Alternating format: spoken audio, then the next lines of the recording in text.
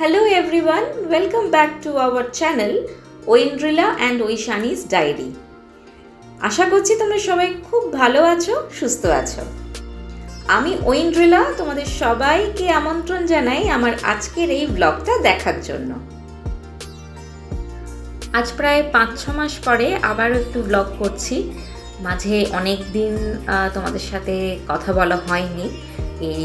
এমনিতে হয়তো হোয়াটসঅ্যাপ বা ইনস্টাগ্রামের থ্রুতে তোমরা যারা আমার সাথে কানেক্টেড আছো তোমাদের সাথে হয়তো কথা হয়েছে, ওখানে অনেক সময় ছবি পোস্ট করেছি, কিন্তু আমার ইউটিউব চ্যানেলে বা ফেসবুকে কোনো রকম ব্লগ আর দেওয়া হয়নি। তো তাই ভাবলাম অনেক মাস পরে একটা ব্লগ করা যাক।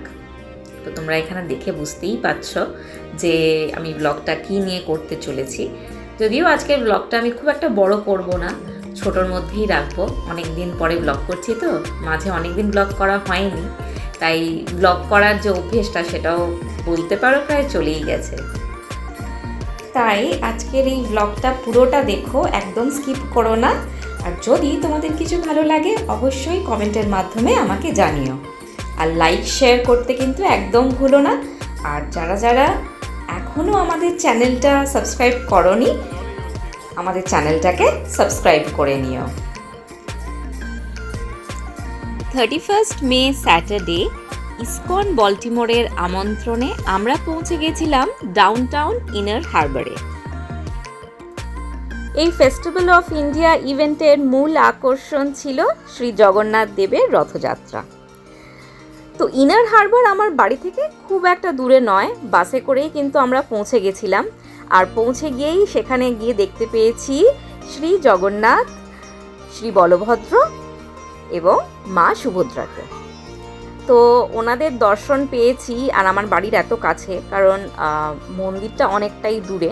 সে যে মন্দিরই এখানে মানে যতগুলো মন্দির আছে সবকটাই কিন্তু আমাদের যে এই শহরটার থেকে বেশ অনেকটাই দূরে। তাই বাড়ি থেকে এতটা কাছে গিয়ে ওনাদের দর্শন পাওয়া এটা অনেক বড় একটা পাওয়া। আর তার সাথে দেখতেই পাচ্ছ রথযাত্রার সাথে সাথে রথের মেলা হবে না, এটা তো হতে পারে না।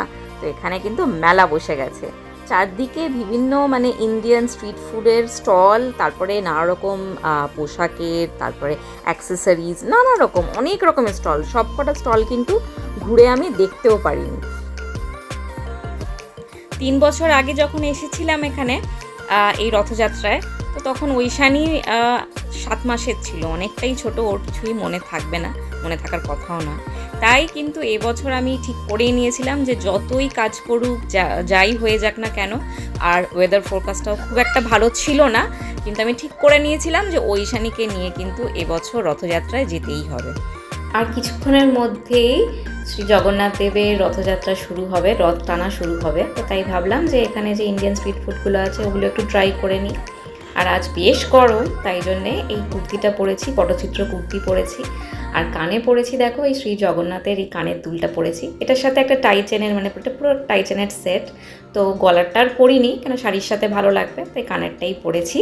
এটা আমি নিয়েছি বৃষ্ণি থেকে। তো তোমরা যারা যারা ইন্ডিয়াতে ওদের কাছ থেকে নাও তোমরা জানবে। আর বাইরেও ওরা অনেক সময় পাঠায়, তো আমার এক বন্ধু আমাকে এনে দিয়েছে। আর এখন রথ শুরু হয়ে যাবে, তো রথযাত্রা রথ টানা শুরু হবে। তো তোমরা পুরো ব্লগটা দেখো আর জানিও তোমাদের কেমন লাগলো।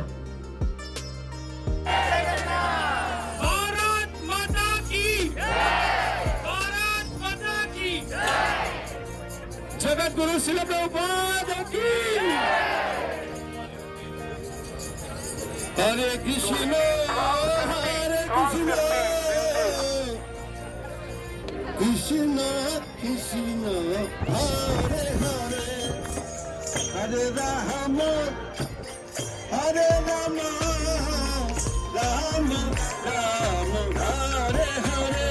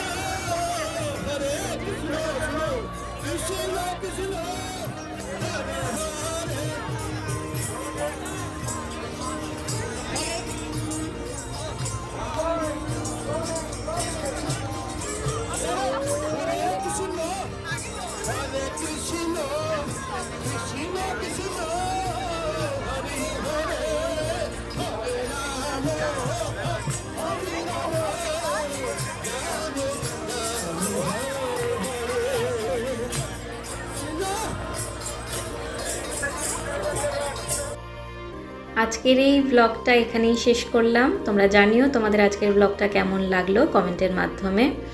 আর রথযাত্রার বাকি যে অংশটা সেটা পরের একটা ব্লগে তোমাদের সাথে শেয়ার করব। আরও অনেক বন্ধুরা এসেছিল, ওদের সাথেও দেখা হয়েছে, তো সেই সব কিছুই থাকবে নেক্সট ব্লগে।